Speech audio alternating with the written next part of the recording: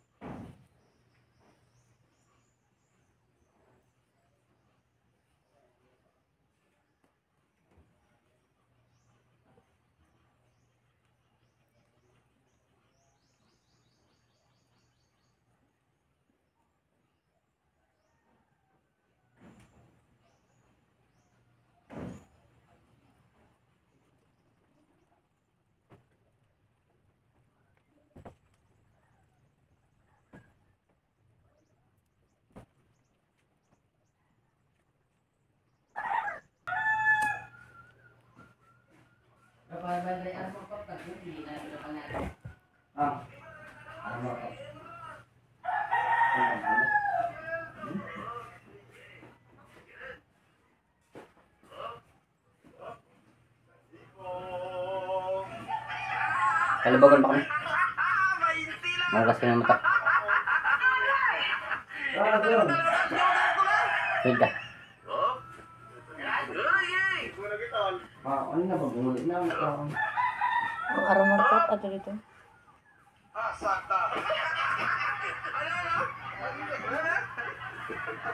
Hindi ba tribal yan? Dapat mga na itong inform kanil ko. Ang araw sa kusog-kusog.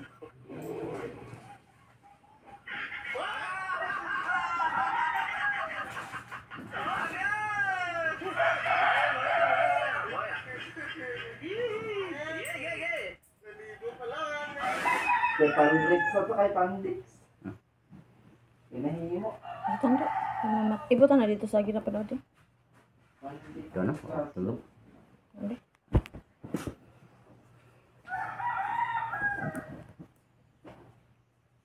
Lobat na gali iya. Lobat. Ano tayo? Tapabot na ito ng charger ko yung power bank to. Hindi na ako kayo wag tray. Mata yung panok-brush mo, no? Eh? Oh, basta tayang ipang. Power bank to. Din! Pareho. Sobra pa tayo. Pareho. Din.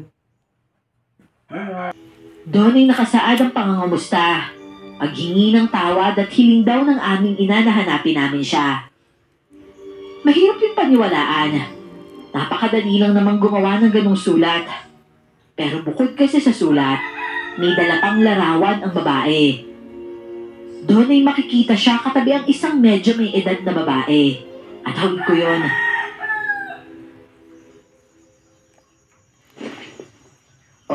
Nay, lo, pakitignan nga kung hindi ako namamalik bata. Si nanay po yan, di ba? Abay, tama ka, Daniel. Si Teresita nga yan. Halos walang pinagbago yung mukha niya. Ilang taon na ba nakalipas? Iha, kaano-ano mo ba siya? Kilala lang ho, Lolo. Minsan kaming nagkakilala sa isang piyestahan.